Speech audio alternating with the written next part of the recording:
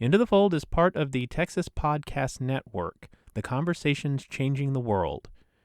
Brought to you by the University of Texas at Austin, the opinions expressed in this podcast represent the views of the hosts and guests and not of the University of Texas at Austin.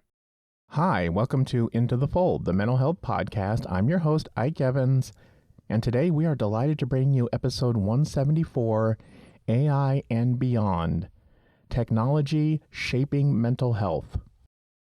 With AI and with information technology development in general, there are not a lot of safeguards. There are not a lot of dampeners in the system. There are not a lot of things that slow things down and allow us to carefully consider.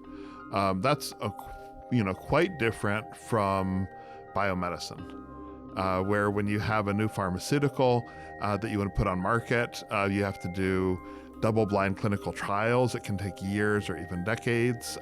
Very expensive process. You have to be able to demonstrate both that the medication is effective and that it's safe. It doesn't have side effects.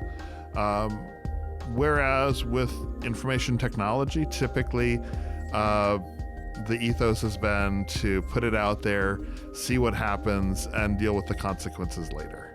Hi, y'all. Welcome to Into the Fold, the podcast of the Hawk Foundation for Mental Health. I'm Ike Evans, and I'm glad to be with you as we continue this season's theme, Mental Health in Transition, Navigating Change and Building Resilience.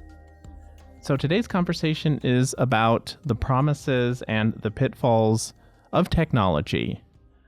Specifically, we're exploring how artificial intelligence is reshaping mental health care and what it means for equity, access, privacy, and other ethical concerns.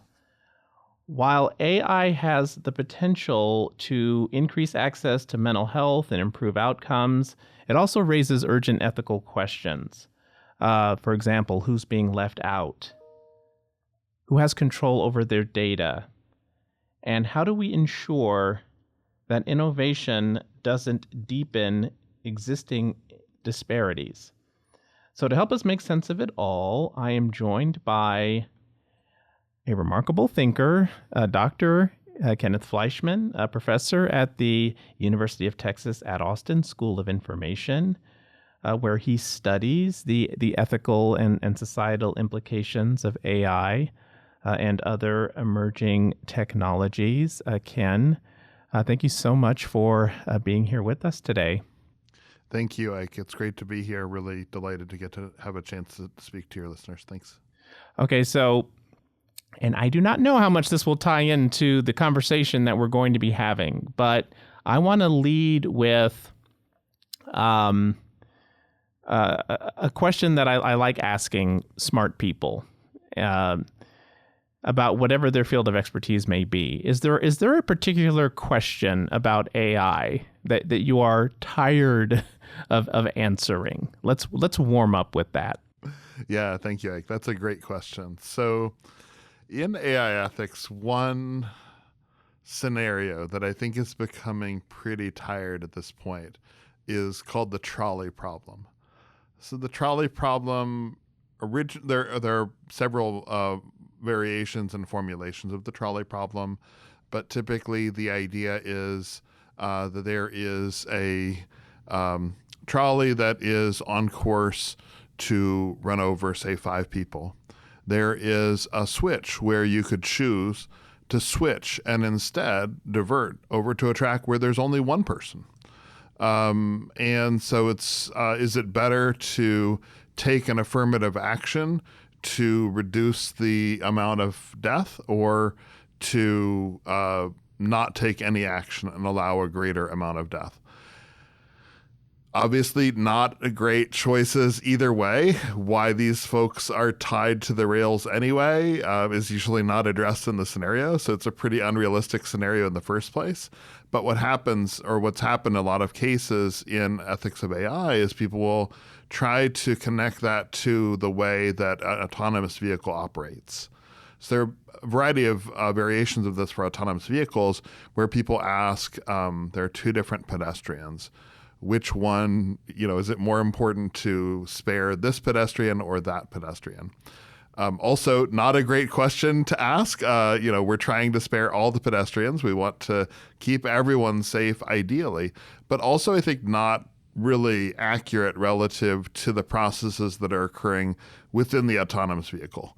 It's not going around and trying to calculate the age of all the different pedestrians out in the world and make some kind of grand ethical trade-off about sacrificing the young to save the elderly or vice versa.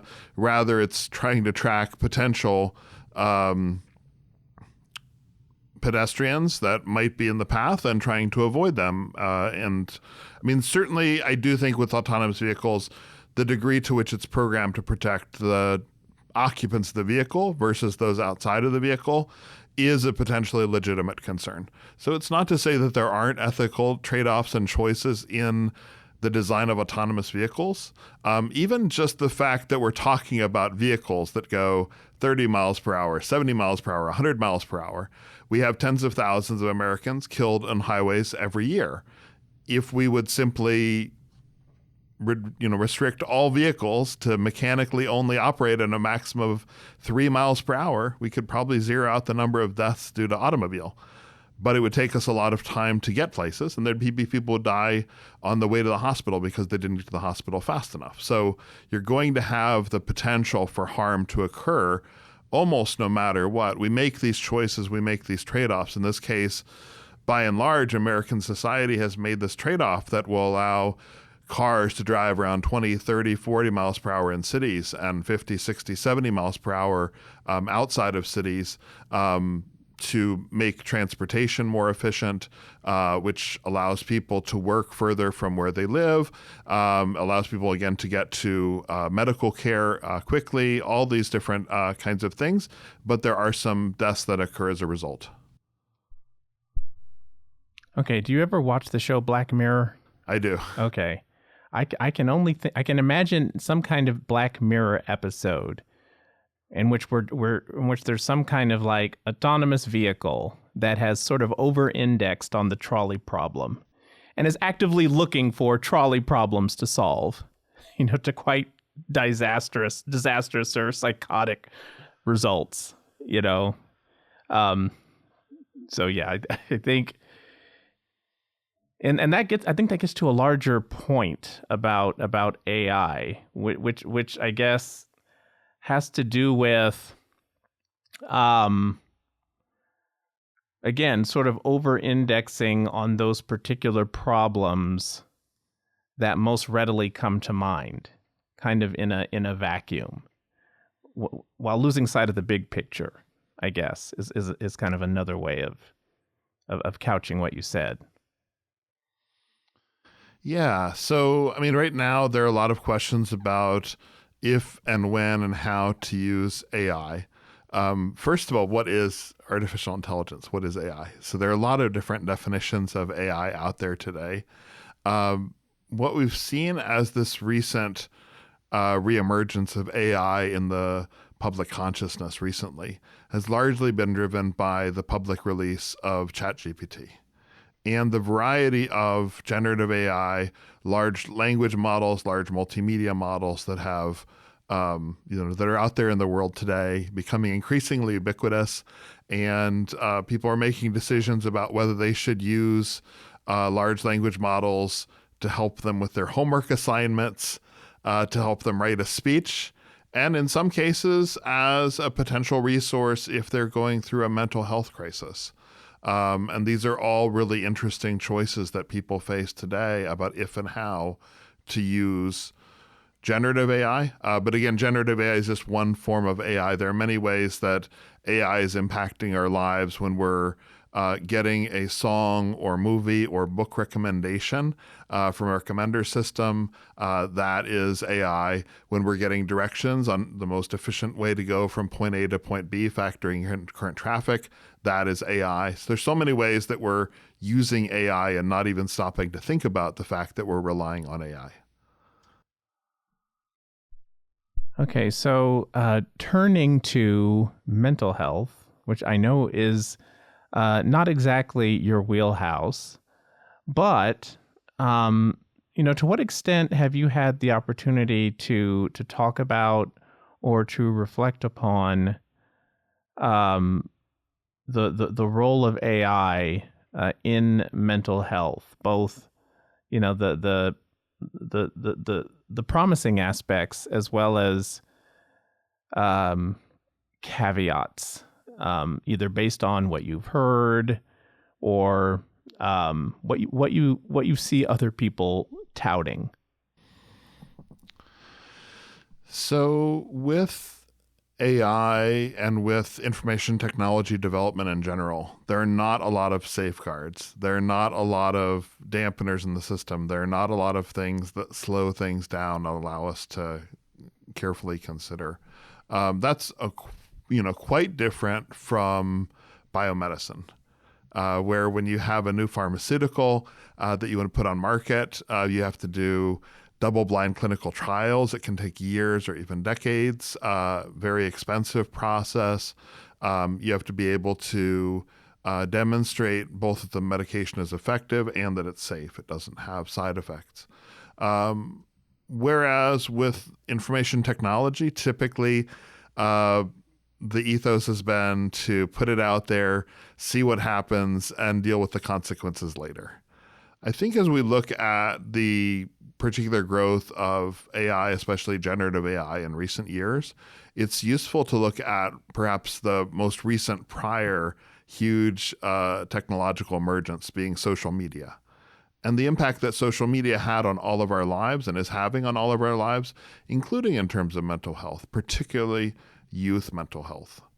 And in many ways, we had companies innovating and coming up with new social media platforms with new algorithms, which are AI again. So this is we're still talking about AI, but in the context of social media here. But new algorithms that would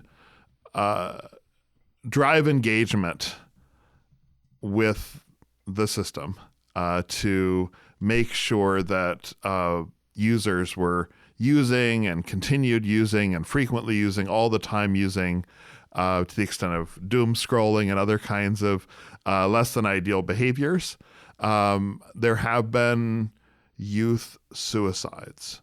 There have been some really adverse outcomes that seem to have been impacted or caused, at least in part, by social media.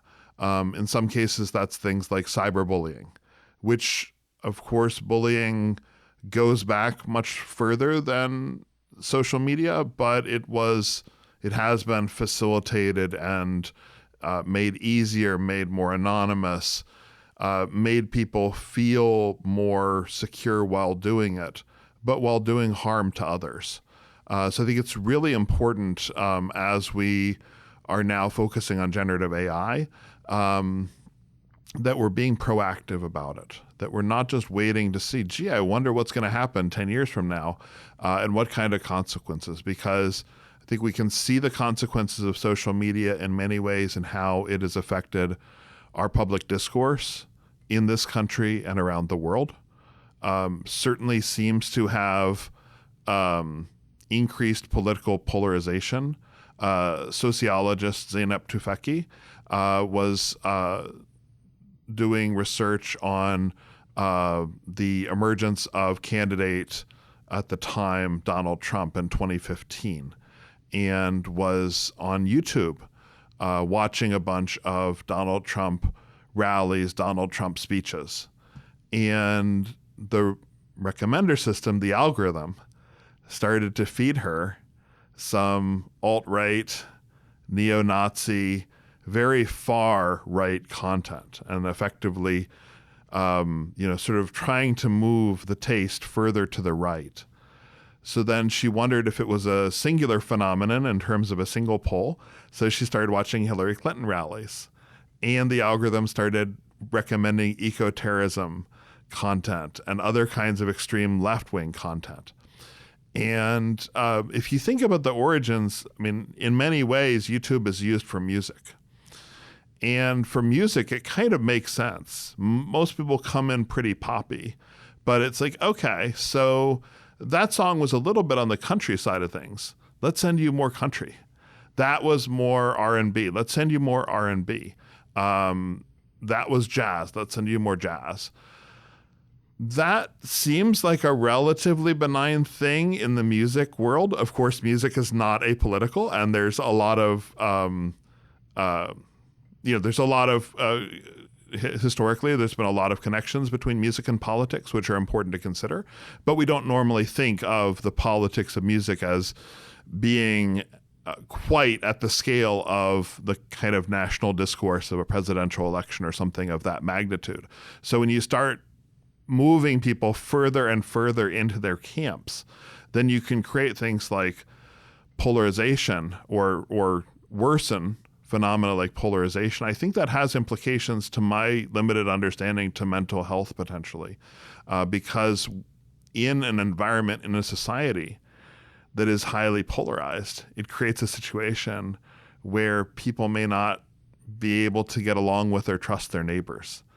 These are the kind of conditions that we've seen in former Yugoslavia and other countries that have gone through civil wars in recent times. Of course, this country went through a civil war a long time ago, but these are not good signs. So it's very troubling that society has become so polarizing, and I think it's one of the factors that probably is not a good thing for people's mental health generally. And so I think it's important to be proactive about the impact that AI is having, likely will have in the future, as we think about systems that we're going to be, that everyone is potentially going to be using. Okay, right. When I think of a human therapist, and the extent to which they do this kind of ranges across the spectrum, but there's quite a bit of throat clearing about what therapy can and can't do, boundaries, how to make this the kind of collaborative experience that shores up the help seeker's agency and doesn't just create another kind of dependency, and it's kind of that meta level of ethical consideration that I would think AI currently just can't touch yet. Indeed, although, it's quite fascinating that, of course, AI has evolved a great deal over the years. But one of the first simple chatbots, so a chatbot is an AI that interacts, I think, again, ChatGPT and other large language models are what we're most familiar with in terms of chatbots, but they go back for decades. So if we go back to the 1960s, Joseph Weizenbaum was creating Eliza, which was a very early chatbot. It was designed actually to simulate a therapist. So the idea was that you would talk about a topic and it would ask you questions about it. And it was very simple. It would look for specific keywords, and then it would ask questions based on if particular keywords were introduced. So it was a very simple technology, similar to how we basically sent astronauts to the moon using slide rules originally. And using computers that were less powerful than the ones that we have in our pockets every day today. So it's incredible what you can do with some rather simple technology in certain circumstances.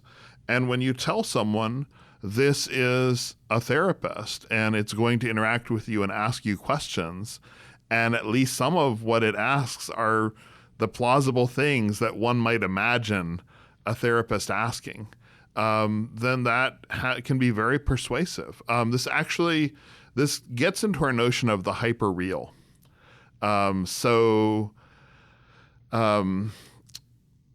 There are a couple of theorists who've looked at hyperreality from slightly different directions. So Umberto Eco looked at the hyperreality of Disneyland's Jungle Cruise, and the idea that when you say, imagine taking a cruise through a jungle, that people's imagination might align more with the ride at Disneyland than it would with the actual experience were they to do it. So that's the kind of hyperreal, more real than real phenomenon. Baudrillard, in turn, then argued that that simulation of Disneyland was there only to make you think that the rest of LA was real. And so, but I think it's definitely, you can play on people's expectations, and having a technology that can do even very simple things, just following up. And generative AI is just looking for the next word. It's ingested a huge amount of content, and it's just building responses word by word based on what's the most likely word. It's completely statistically based. So that's, again, why the sort of trolley problem reasoning doesn't quite fit, because, some people are starting to ask if artificial intelligence is quite the right term, because the way that statistical machine learning, the way that a neural net, the way that generative AI works is radically different from the way that we think as humans. It's just very different. AI is a different phenomenon from human beings. But we tend to often anthropomorphize AI.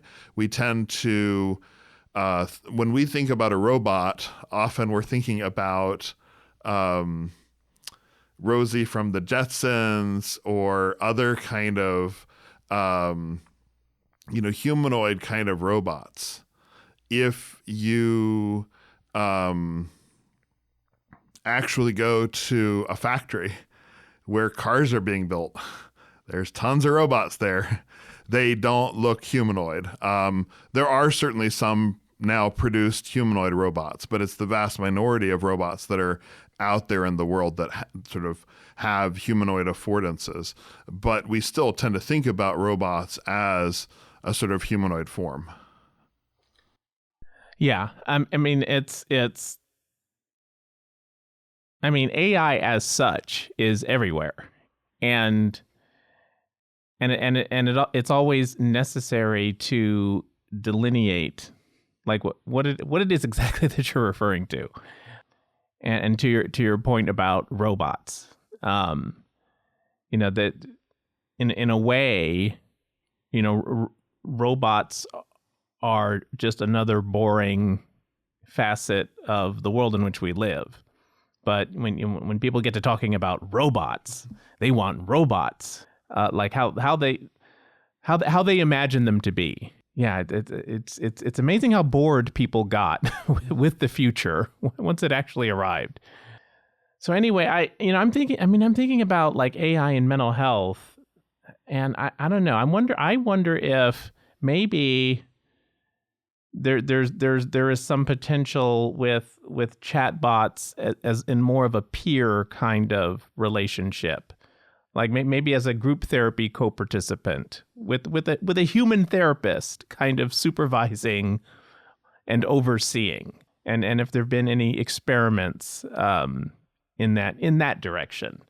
Because I see a place for it, honestly, but maybe more as just something that spurs greater human reflection or reflexivity, and not as the thing that does it all. And I don't know. I think it takes somebody having your particular kind of philosophical perspective in the room, for those more nuanced possibilities to even be broached, I would think. Yeah, I think that's a great idea to explore. So one of my research areas is looking at the role of AI in the future of work. Yeah. So thinking about, this includes workforce training, because to equip and prepare students for the future, where increasingly AI is going to be part of our everyday lives, part of our everyday work, that is important to make sure that everyone is prepared for that future. We can see that AI and automation more broadly across decades has had tremendous impact on many different occupations. So many occupations have been impacted and affected by automation. I think what's a little bit different about ChatGPT, in particular and other large language models, is they particularly focus on knowledge work. And I think knowledge workers, such as journalists, for example, and lawyers, thought for a long time they were immune to the kind of automation that factories that were becoming increasingly automated and the use of automation in the service sector, that, of course, knowledge work would never be replaced. We do see today that with generative AI, there are definitely tremendous things that can be done with generative AI. I think so. I mean, when we're thinking about therapy, we're thinking about the patient and we're thinking about the provider. So for me, it's easiest to first take it from the provider perspective, thinking about from the perspective of the provider, appropriate ways to use or not use AI. And I agree that I'm much more comfortable with AI that's being used by a provider and by workers more generally within their domain of expertise. So this is something we've seen actually a large trend in increases in unionization in recent years. And we've seen that increasingly unions, when they're engaging in collective bargaining and they're going on strike, one of the terms, a big term, is the role of AI in the workplace. And so in 2023, we saw United Auto Workers, we saw the Screen Actors Guild, we saw the Writers Guild of America all go on strike, and AI was one of the terms, one of the things that they were negotiating over as part of the strike. With the Writers Guild of America, I think part of what was impressive about what they were able to accomplish through their collective bargaining was an understanding that it was writers that would choose if and how AI would be used in the workplace, in writing, and not the studios. So I think that's an important consideration. I think it becomes rather terrifying if it is large companies that are providing mental health services that are deciding when AI is used versus when a human therapist is used. And from my perspective, much better to think about AI being used by a provider or under the supervision of a provider in some way. I've thought about this for a wide range of professions.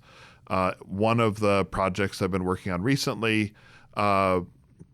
in collaboration with Su-Young Rhee and David Lankus in the School of Information, it's been a collaboration with Austin Public Library, with the UT Libraries, and Navarro High School Library. And one of the factors that we've really focused on in that project is the idea of AI as an assistant for librarians, not as a replacement for librarians. So I think that's the same whether we're talking about librarians or we're talking about writers or we're talking about therapists. I think it's important that we're not trying to put people out of work. We're not trying to replace workers. We're trying to give people tools so that when librarians are responding to members' inquiries for Ask a Librarian, that they can choose how to use AI, and part of their process could involve AI, but still at the end of the day, it's going to be the librarian who's accountable for the information they provide. The information a librarian provides can be life and death. In some cases, of course, librarians have clear restrictions not to practice medicine or practice law, but they might still be helping connect people with information that might help them in a moment of a mental health crisis or a physical health crisis or some other kind of crisis. And that could be really consequential information for that person in that moment. Just as a therapist might be helping a patient at a really difficult time in their lives. And that could be a life or death situation. There could be life or death consequences that could result. Therapists are trained professionals. Let's keep the work in the hands of the trained professionals.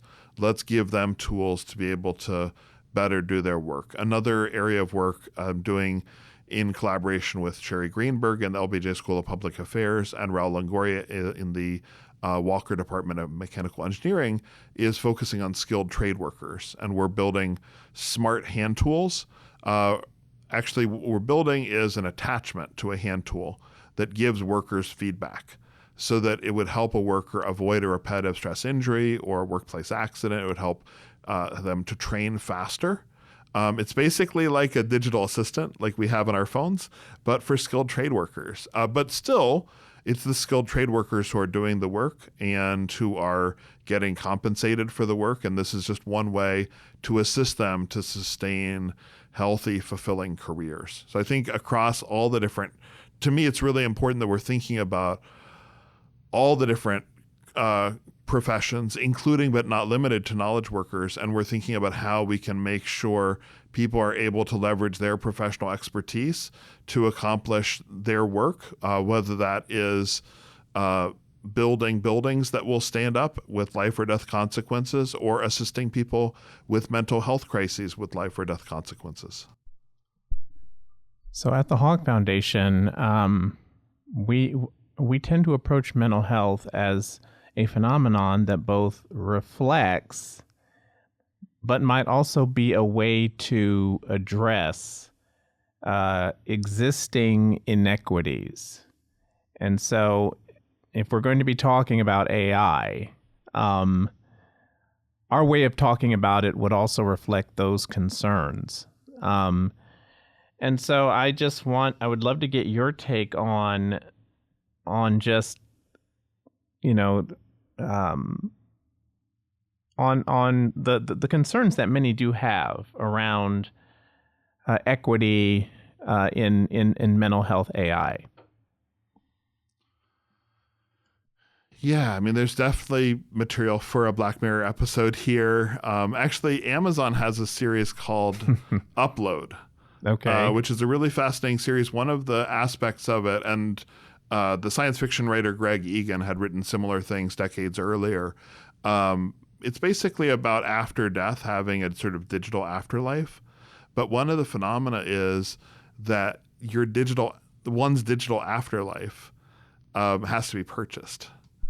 And it's dependent on one's socioeconomic status. Of course, yeah. So if one can afford a really fancy, wonderful, heaven-like afterlife, whereas there are some who are put into a kind of storage where they're only allowed like 1 byte per month or something. Like they have one interaction and that's it. And then they're in stasis for the rest of the time because of the sort of lack of bandwidth.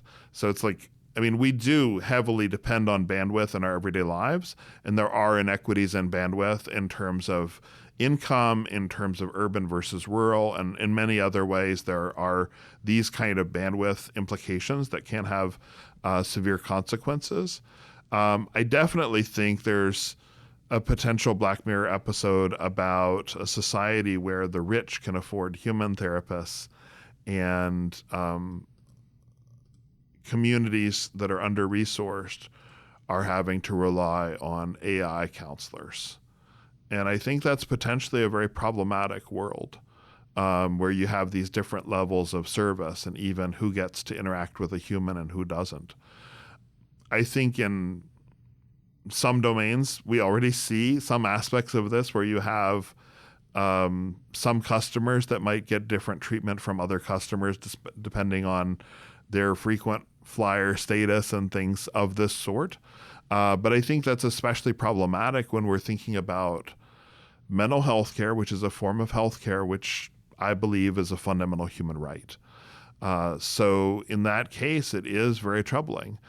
I think on the flip side to say, so the solution is to not allow people to use AI for mental health is definitely not a solution to the systemic problem that's happening, and potentially an even worse thing to do, because perhaps the only worse thing than affluence affecting the ability to afford a human counselor versus an AI counselor is affluence impacting the ability to afford a human counselor versus no form of counseling whatsoever.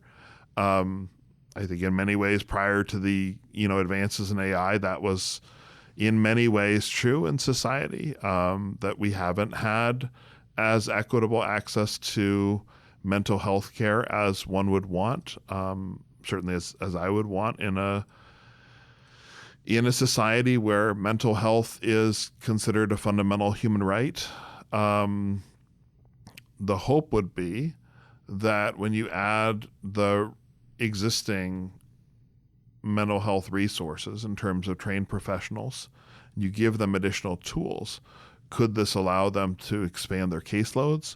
Could this allow them to serve more patients? Could this allow for more universal access? Because to me, that should be the goal of all healthcare, including mental health care, should be universal access. So everyone in society has access to the care they need. But that certainly we fall short of that in this country today.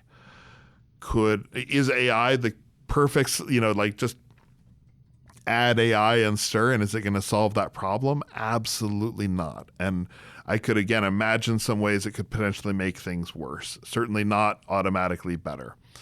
But I do think there's the potential, depending on how it's done, perhaps that it could be part of a solution to make sure that everyone has access to high quality mental health care. So I don't want this episode to just be a reflection of the things that I'm most cranky about.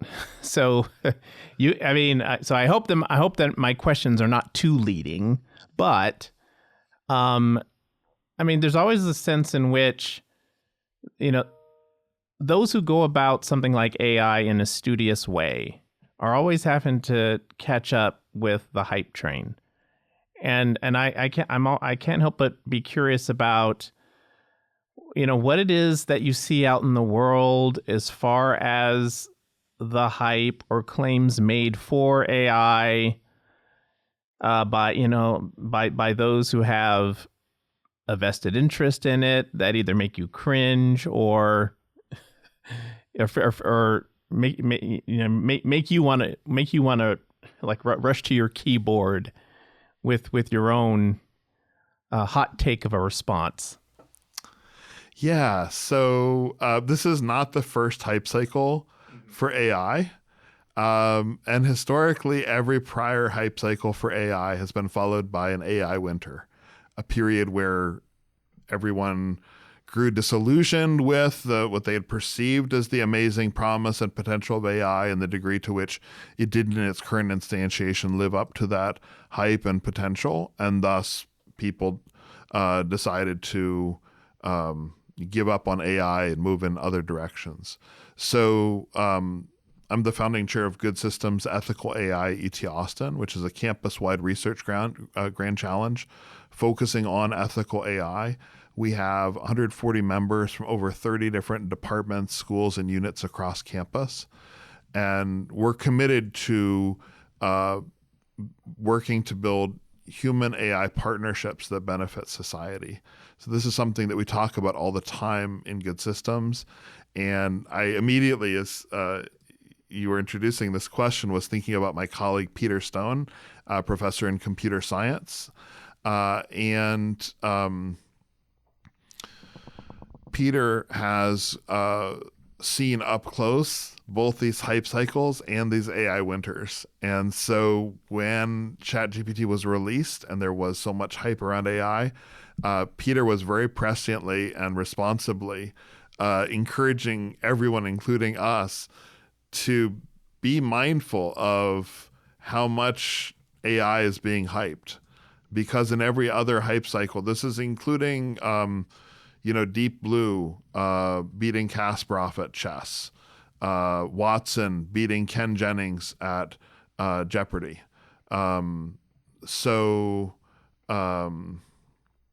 but each time, yes, it plays chess well, it plays Jeopardy well, but then you try to get it to fix our healthcare system, and our healthcare system is a lot more complicated than a lot of people from the outside imagine it being, and it's not quite as simple to solve as some technologists had hoped it would be. So I think it's really important that we think about being thoughtful and cautious about how much we, feed into the hype. I think it's very important to be aware of the limitations of any AI technology and the state of the art with AI today, and be aware of both the potential benefits to so many in society of particular AIs being adopted in particular ways, such as, for example, if it did mean we could move toward more universal access to mental health care, that could be so transformative. But there are also so many perils, so many pitfalls, so many potential dangers to adopting AI in the wrong ways, designing AI in the wrong ways, and it could lead to a society that is more polarized, more unequal, and that it's a scary thought. Okay, so I'm going to get you out of here on this. If there's just anything that our listeners who would just like to learn more about you, about your research, things that they can be looking out for, or places that they can go, maybe to kind of fill out their own understanding of the things that we've been talking about here today, if you want to plug anything. Thanks. Yeah. So, first and foremost, Good Systems, Ethical AI, UT Austin. So we run a number of public events, an annual symposium. We just had an event on responsible AI education, which was a really excellent collaboration with the Office of Academic Technology. We run events throughout the year. So definitely anyone who's interested can go to goodsystems.utexas.edu and can learn more about and sign up for our listserv, so you get notifications of upcoming events and find ways to participate in Good Systems. In the School of Information, we have a new bachelor's degree in informatics, both a Bachelor of Science in Informatics and a Bachelor of Arts with a major in informatics. And informatics is the intersection of information technology and society. So we have concentrations ranging from human-centered data science, user experience design, social informatics, social justice informatics, cultural heritage informatics, and health informatics. And we have a required ethical foundations for informatics course. So every student in the program learns about the ethical foundations of their work as informaticians, and also learns programming and the technical side of things. That's one of the popular things as our program went through the approval process at the university. We also offer masters and PhDs in information studies. Our masters and PhD students, many of them are enrolled in a campus-wide portfolio program in ethical AI that we have that's open to all graduate students at UT Austin. So if you're a graduate student in any degree program at UT Austin, master's or PhD, you can apply to join the Ethical AI Portfolio Program. It's a really, really great way to take courses from across campus from leading experts in the world. And then we also launched the new online masters in AI, the MSAI. So if you just Google MSAI UTexas, when it came out, the New York Times did a really great profile, and there's been a lot of hype around that. And in that case, I think the hype is warranted. So it's a really great program, and it's part of the initiative to make higher education more affordable. So it's about $10,000 to complete a master's degree, which in American higher education these days is a reasonable price point to be able to hit. So I think we've got a lot of educational offerings. On the research side, I am the founding editor-in-chief of the ACM Journal on Responsible Computing. So if responsible computing is of interest, that we're in our second volume this year and have published some really excellent work from around the world in all aspects of responsible computing, but including in the ethical AI space. And you can look me up in Google Scholar, Kenneth R. Fleischmann, if you're interested in seeing some of the great research that the doctoral students and postdocs and colleagues that I've had the privilege and honor to get to work with over the years. Okay, well, fantastic. Dr. Kenneth Fleischmann, thank you so much for taking the time today to just share some wisdom about something that I think people are rightly both enraptured by, also a little freaked out about, and maybe helping some of our listeners kind of locate that sane middle path. We really do appreciate it. Thank you. It's been great to be here. Thanks. In April of 2024, we wanted to take a fresh look at an always hot topic, screen time, and its impact on the mental health of young people. Here's a listen. This youth focus and this sort of attention to nuance and detail is so important given the big sweeping claims that we hear left and right in news headlines and from some researchers about these big impacts technology is having on young people's sense of well-being. And so we really want to bring a more textured, nuanced perspective. What are kids actually experiencing? What are some of the upsides? And what's hard specifically about growing up in a world with all this technology, and why really getting that youth or teen level perspective on what it's like to grow up with social media, smartphones, Fortnite, all kinds of apps at your disposal, and the ability to be connected to friends around the clock. So that's really our interest. The voice that you just heard belonged to Dr. Carrie James. That was from the episode titled Digital Wellbeing for Youth. Dr. James, along with her colleague, Dr. Emily Weinstein, are co-founders of the Center for Digital Thriving at Harvard University. In their book, Behind Their Screens, Emily and Carrie draw on a survey of more than 3,500 teens with the objective of adding to our understanding of teens' online lives.